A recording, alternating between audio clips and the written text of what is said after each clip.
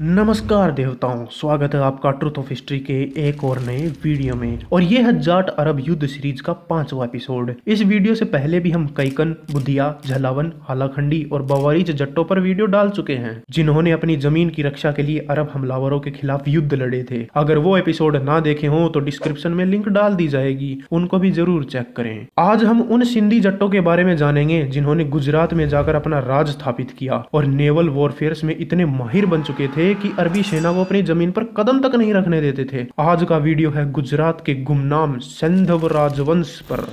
इस राजवंश को जयद्रथ राजवंश के नाम से भी जाना जाता है, क्योंकि इस वंश के जाट खुद को महाभारत के प्रसिद्ध राजा जयद्रथ सिंधु का वंशज मानते थे, जो सिंधु स्ववीर जनपद का हिस्सा थे। सैंधव नाम सिंधु नाम का ही एक वेरिएशन है। यह नाम इसीलिए पड़ा क्योंकि इस वंश के जाट खुद का निकास सिंध से बताते हैं। सिंधु, सिंधड़, संधु इत्यादि नाम इसी के वेरिएशन है। पंजाब की प्रसिद्ध नकई और कन्हैया मिसल के जाट सरदार भी इसी राजवंश के थे। आईने अकबरी जैसे प्राचीनतम प्रमाण इस बात की पुष्टि करते हैं कि सिंधु एक जाटवंश ही था। यह पंजाबी जट्टों का दूसरा सबसे बड़ा राजवंश है, जिनका निकास सिंध से ही रहा है। ग्रीक भाषा में यह सिंधु मुसलमानों द्वारा संधु नाम से जाना गया और संस्कृत में इसे सिंधु कहा गया, जिनके निवासियों को सैंधव या सिंधु कहा जाता था। सिंधु जाट घुड़सवारी में इतने माहिर थे कि उनके घोड़े काफी मशहूर हुआ करते थे। संस्कृत डिक्शनरी में भी अगर देखें तो सैंधव का मतलब होता है सिंधु क्षेत्र में पैदा होने वाला। किसी नाम के बाद लगने वाला अव उसके पहले नाम से उसका संबंध दर्शाता है। अतः प्रमाणों से यह तो कंफर्म होता है कि गुजरात में आकर राज करने वाले ये जाट सिंध से आए थे और खुद को गर्व से सिंधु मानते थे।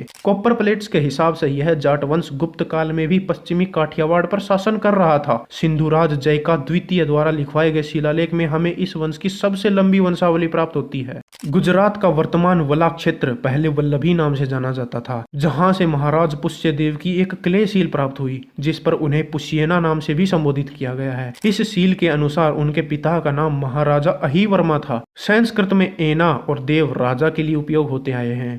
कई इतिहासकार पुष्यदेव और पुष्येना को एक ही व्यक्ति मानते हैं, मगर अम्बालस की कॉपर प्लेट के हिसाब से अहिवर्मा पुष्येना का बेटा था। तो यह भी हो सकता है कि पुष्यदेव किसी अन्य अहिवर्मा का बेटा हो। इतिहास में एक ही नाम के कई व्यक्ति होने से कंफ्यूजन पैदा हो जाती है।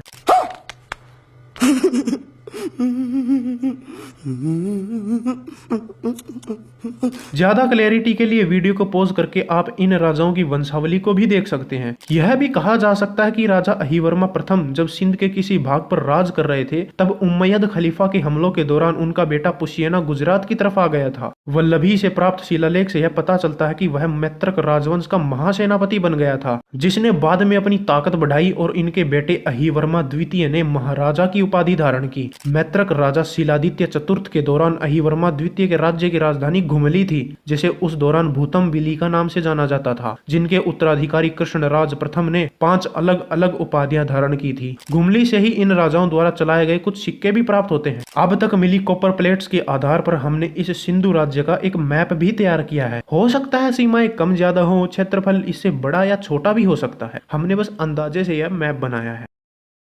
साल 756 में जब सिंध के मुस्लिम गवर्नर हिसाम की लीडरशिप में अरबों ने सिंधुओं पर समुद्र के रास्ते से हमला किया, तब महाराजा कृष्णराज प्रतिहार साम्राज्य के अंतर्गत अपने राज्य में शासन कर रहे थे। कृष्णराज की लीडरशिप ने जट्टों ने अरबों को अपने इलाके से खदेड़ दिया और अपर समुद्राधिपति की उपाधि भी धारण की। साल 776 में अरबों ने दोबारा हमला किया और सिंधु राज्य के एक शहर पर कब्जा भी कर लिया, मगर महाराजा अग्गुक सिंधु की लीडरशिप में जाटों ने ऐसा कत्लेआम मचाया कि अरबी फौज युद्ध को बीच में ही छोड़कर भाग गई। भाई कैसी लगी आगे स्वाद। इस भयानक नरसंहार के बाद अरबी सेना वापस इस तरफ हमला करने से डरने लगी। यह हार अरबों के लिए इतनी शर्मनाक थी कि खलीफाओं ने दोबारा सिंधुओं की तरफ रुख ही नहीं किया। रोज आते हैं इस उम्मीद पे, आज जीतेंगे, कल जीतेंगे, परसों जीतेंगे, रोज हारते हैं। असल में देखा जाए तो अरबों के खिलाफ समंदर के जरिए हिंदुस्तान की रक्षा करने का सारा क्रेडिट इन सिंधु जाटों को ही जाता है। भारत में बस कुछ ही ऐसे चुनिंदा राजवंश हुए हैं जो समंदर पर भी इतनी बड़ी ताकत बनकर उभरे हों। महाराज अग्गुक तृतीय के बेटे राणक द्वितीय ने पीपलपद्र नाम के एक गांव में भगवान विष्णु के कई मंदिर भी बनवाए थे। सैंधव राज्य के एम्बलम के तौर पर मछली का निशान यूज किया जाता था और ऑफिशियल फ्लैग के तौर पर झंडे पर वरुण देवता की निशानी होती थी। इसके आधार पर एक झंडा भी हमने रेडी किया है। समंदर के नीले रंग को दर्शाता झंडा और ऊपर वाली डिजाइन समुद्र पर उनके प्रभुत्व की निशानी है। मध्य में वरुण देव और नीचे वाली डिजाइन धरती पर उनका प्रभुत्व दर्शाती है। इस तरह सिंध से आए इन सिंधु जाटों ने कई पीढ़ियों तक गुजरात के काफी बड़े भूभाग पर राज किया। लगभग 20 साल तक अपने राज्य की रक्षा करते हुए अरबी फौज को 2 बार हार का स्वाद चखाया और समंदर पर अपनी ताकत भी स्थापित की, मगर फिर भी इतिहास में ये लोग गुमनाम हो गए।